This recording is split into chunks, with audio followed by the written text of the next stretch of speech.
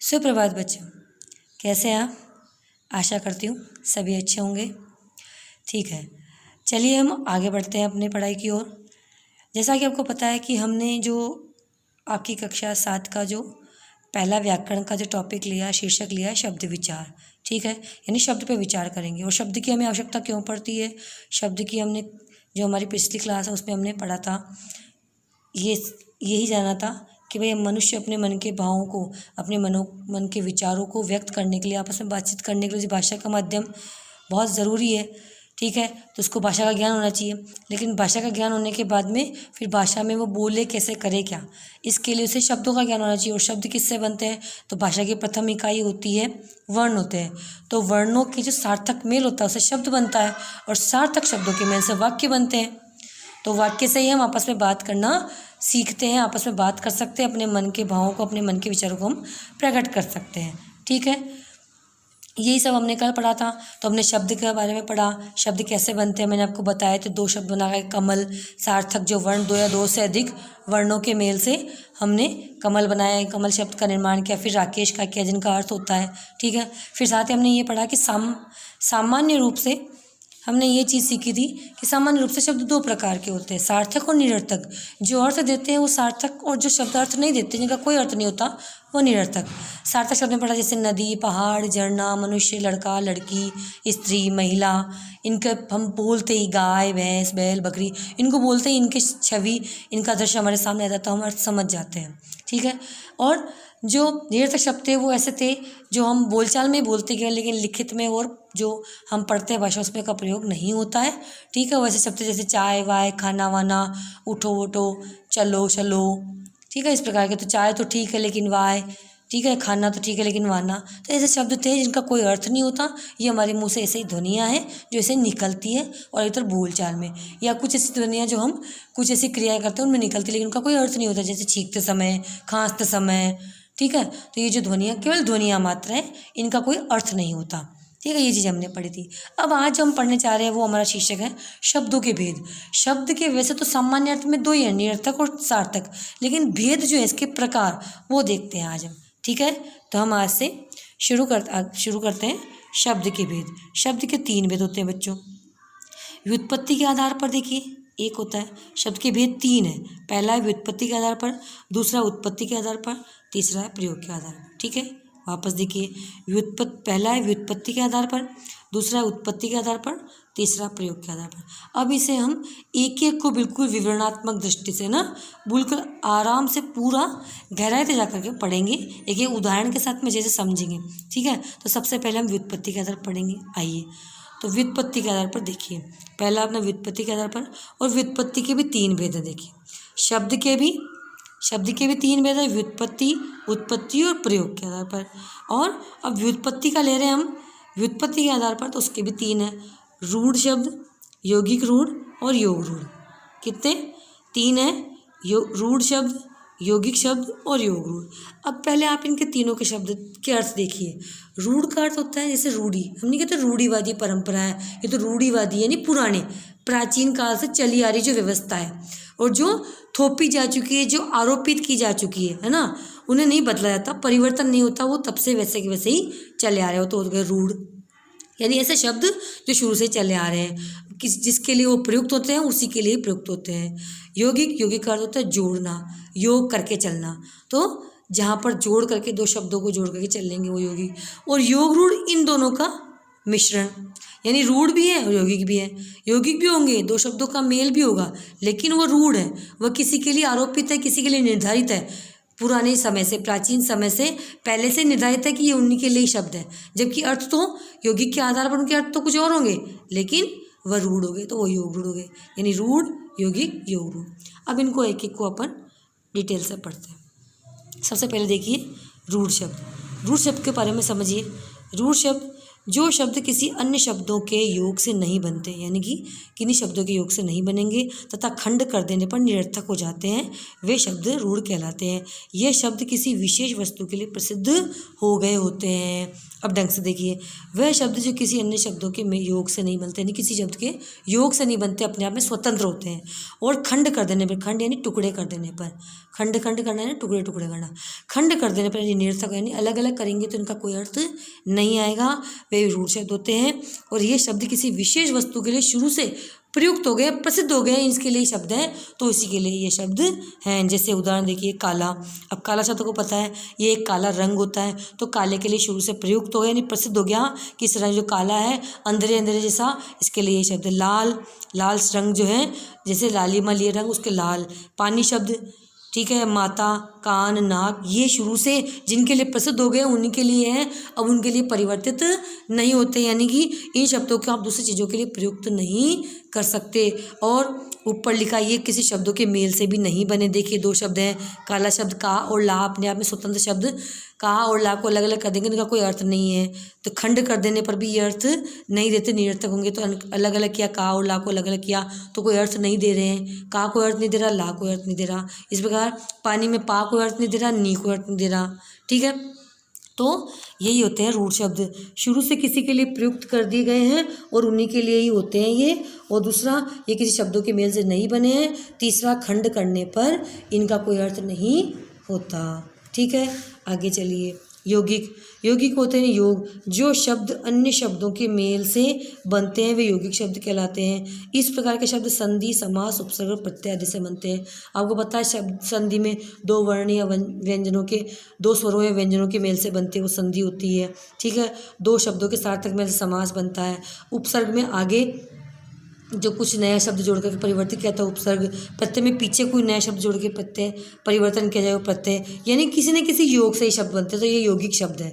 यानी कि जो शब्द अन्य शब्दों के मेल से कुछ न कुछ नए नए शब्दों को जोड़ करके उनमें योग करके हम बनाएंगे, वो यौगिक होते हैं। और इनके खंड करने पर, देखिए, इनके खंड करने पर अर्थ निकलता है। जब इनको खंड करेंगे, यानी अलग अलग करेंगे, इनको टुकड़े करेंगे इन शब्दों के, तो उनका अर्थ आएगा। जैसे उदाहरण देखिए, विद्यार्थी। अब इस विद्यार्थी का हमने खंड किए, दो टुकड़े किए। विद्या धनार्थी, तो इसका अर्थ निकलता है विद्या अर्थी, यानी विद्या का अर्थ निकालने वाला, विद्या के अर्थ को समझने वाला, इसका अर्जन करने वाला, उसके अर्थ को प्राप्त करने वाला, ठीक है। और जब इनको दो शब्दों के योग से देखो बन रहा है विद्यार्थी, यानी अन्य शब्दों के मेल से, तो दो शब्दों के मेल से ही बन रहा है वो विद्यार्थी, और इनको खंड किया तो इसका अर्थ भी निकल रहा है। इसी प्रकार विद्यालय, विद्याधनालय, विद्या और आलय का अलग अलग करने पर अर्थ निकल कर आ रहा है। दूध वाला, ठीक है, दूध को लाने वाला या बेचने वाला। पीलापन, यानी पीले रंग को प्राप्त करने वाला, लिए हुए, पीलापन लिए हुए। पान वाला, पान को बेचने वाला, ठीक है, तो पान वाला। तो इन सबको अलग अलग करने पर इनका अर्थ निकल कर आ रहा है, और ये किन्हीं शब्दों के मेल से भी बने हैं, तो ये यौगिक हो गए, ठीक है। यानी कि सामान्य अर्थ में देखें तो इनको अलग अलग, ये दो शब्दों के मेल से भी बने हैं, और इनको जब अलग अलग करेंगे, इनके खंड करेंगे, तो इनके अर्थ भी निकल कर आ रहे हैं, यानी योग से, यानी जोड़ से बन रहे हैं, इसलिए यौगिक शब्द हो गए। अब तीसरा आता है अपना योग रूढ़। अब ये योग रूढ़ दोनों का मिक्सचर है, दोनों का मिश्रण है। रूढ़ भी होंगे और यौगिक भी होंगे। क्या होंगे? रूढ़ भी है, यानी आरोपित भी हैं किन्हीं शब्दों के लिए, ये निश्चित भी है कि इन्हीं के लिए, और यौगिक भी यानी जोड़कर बनाए हुए भी हैं। कैसे? देखिए, ऐसे यौगिक शब्द, ऐसे यौगिक यानी ऐसे जोड़कर बनाए हुए शब्द जो सामान्य अर्थ को प्रकट न करके किसी विशेष अर्थ को प्रकट करते हैं, यौगिक कहते हैं। यानी सामान्य अर्थ, जो उनका सामान्य अर्थ होगा ना, वो उसको प्रकट नहीं करेंगे, वो कोई और ही अन्य अर्थ प्रकट करेंगे। जब उनका अपन अर्थ निकालेंगे ना, जब उस अर्थ शब्द को देखेंगे, जैसे हमने एक शब्द लिया, ठीक है, हमने शब्द क्या लिया, जैसे देखिए हमने एक शब्द लिया पंकज। अब पंकज को जब हमने अलग करा, ये यौगिक शब्द है पंकज, पंक धन जैसे बना है, योगी यानी दो शब्दों के योग से बना है। योगी यही बात बताया ना मैंने आपको। यौगिक का अर्थ, यौगिक का क्या अर्थ है? यौगिक का अर्थ है दो शब्दों को जोड़ करके बनाया जा रहा है, योग करके। तो पंक धन जय को, इन दो को हमने जोड़ के, तो पंक का अर्थ होता है कीचड़, और जय का अर्थ यानी जन्मा, यानी कीचड़ में जन्मा या कीचड़ में जन्म लेने वाला। तो इसका अर्थ तो ये निकल रहा है, ठीक है। उदाहरण के तौर कीचड़ में जन्मा। लेकिन जब शब्द किया अपने पास पंक धन जय यानी पंकज, तो जब हमने इसका यौगिक किया, जोड़ा इसको, तो पंकज शब्द निकल के आया। तो पंकज का अर्थ क्या होता है? केवल कमल को ही पंकज कहते हैं। तो सीधा देखो, ऐसे समझो कि जब इसका सामान्य अर्थ करेंगे अलग अलग करके, पंक धन जय यानी कीचड़ में जन्मा, पंख का अर्थ कीचड़ होता है। क्या होता है? पंख यानी कीचड़, जय यानी जन्म लेने वाला है, जन्मा, तो कीचड़ में जन्मा, इसका सामान्य तो ये है। लेकिन जैसे पंकज का शब्द बोलते हैं हमारे दिमाग में सीधा कमल का, एक कमल के पुष्प का दृश्य हमारे सामने आ जाएगा, कमल के फूल की दृश्य एक छवि हमारे सामने आएगी, पंकज का अर्थ कमल हो जाए, यानी कमल के लिए पंकज शब्द निर्धारित हो गया, रूढ़ हो गया है ना, इसके लिए रूढ़ हो गया, इसलिए ये यौगिक होते हुए भी, जबकि ये यौगिक है, दो शब्दों के जोड़ से बना है, ठीक है, इसका अर्थ भी निकल के आ रहा है, दोनों का अर्थ अलग अलग आ रहा है, जैसे इस यौगिक में आ रहा था, है ना, जैसे विद्याधन अर्थी यानी विद्या का अर्थी का, विद्याधन आलय का, विद्या का विद्या और आलय यानी भवन, इनका ये यौगिक है ही, लेकिन यहाँ तो विद्याधन आलय यानी विद्या का भवन, यही अर्थ आ रहा है, सामान्य जो अर्थ है ना वही अर्थ सामने है, लेकिन यहाँ पर सामान्य अर्थ नहीं आ रहा।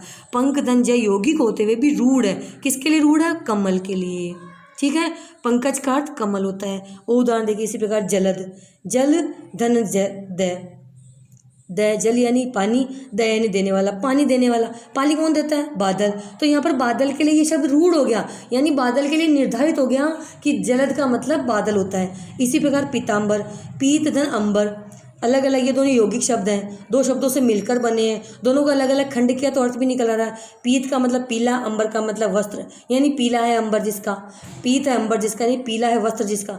लेकिन पीताम्बर शब्द किसके लिए रूढ़ हो गया? भगवान विष्णु के लिए, क्योंकि उन्हीं के वस्त्र पीले हैं। इसी प्रकार लंबोदर, लंबा धन उदर, तो लंबा है उदर जिसका, यानी मोटा लंबा, उदर यानी पेट है जिसका, लेकिन किसका है? गणेश जी का, तो ये उनके लिए रूढ़ हो गया। गिरधारी, गिरिधर, गिरी को धारण करने वाला, गिरिधनधारी यानी गिरी को यानी पर्वत को धारण करने वाला, सामान्य अर्थ तो क्या होगा? ये सब यौगिक शब्द है, ठीक है, इनका सामान्य अर्थ तो क्या है? गिरी को धारण करने वाला। लेकिन गिरधारी है कौन? ये रूढ़ किस पे हो गया?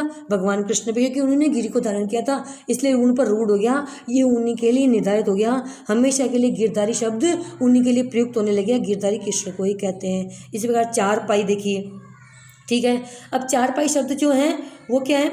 चार पाँव वाला, अगर अर्थ निकालेंगे ना इसका, जब इसका अर्थ निकालेंगे चार पाई का, तो चार पाँव वाला, लेकिन रूढ़ किस पे हो गया? चार पाई पे, यानी खाट पे, चार पायों वाली जो खाट है उसी के लिए रूढ़ हो गया। इस प्रकार गणेश, गणों में जो ईश है, गणों का जो ईश्वर है, ठीक है, लेकिन गणों का ईश्वर यानी गणेश जी, गणेश जी के लिए रूढ़ हो गया हमेशा के लिए। मुरलीधर, अर्थ निकालेंगे, दोनों को अलग अलग करेंगे, मुरली को अलग करेंगे और धर को अलग करेंगे, इनके बीच में धन का निशान लगा देंगे, ये यौगिक शब्द है। मुरलीधर, मुरली का अर्थ वंशी, धर यानी धारण करने वाला, वंशी को धारण, अब वंशी को धारण करने वाला आपको पता है, मुझे भी पता है, भगवान कृष्ण है, तो ये भगवान कृष्ण के लिए हमेशा के लिए रूढ़ हो गया, इसलिए ये योग रूढ़ कहलाते हैं। यानी कि ये यौगिक शब्द तो हैं, ये सारे के सारे यौगिक शब्द हैं, लेकिन इनका खुद का सामान्य अर्थ नहीं आएगा, ये किसी और के लिए प्रयुक्त होंगे, ये किसी अन्य अर्थ को प्रकट करते हैं, जैसा कि हमने यहाँ परिभाषा में पढ़ा कि ये ऐसे यौगिक शब्द हैं जो सामान्य अर्थ प्रकट नहीं करके किसी विशेष अर्थ को प्रकट करते हैं, ये योग रूढ़ कहलाते हैं। यानी कि ये सभी यौगिक शब्द हैं, दो शब्दों के योग से मिले हैं, जैसा कि यौगिक शब्द में पढ़ा था, दो शब्दों के योग से बने हैं और इनको अलग अलग करने पर इनका अर्थ अलग अलग प्रकट होगा, लेकिन वो अर्थ नहीं लगेगा। पंकज का, पंख का कीचड़ होता है, जय का जन्म लेना होता है, लेकिन यहाँ पर कीचड़ में जन्मा शब्द नहीं कहेंगे, इसको कहेंगे पंकज का अर्थ कमल है। सीधा पंकज का अर्थ बोलते ही हमारे दृष्टि में हमारे सामने कमल की छवि आ जाएगी। जलद का बोलते ही बादल नजर आएंगे, पीताम्बर बोलते ही भगवान विष्णु, लंबोदर बोलते ही भगवान गणेश जी, गिरधारी बोलते ही भगवान कृष्ण, मुरलीधर बोलते ही भगवान कृष्ण, गणेश बोलते ही गणेश जी, चारपाई बोलते ही खाट नजर आएगी।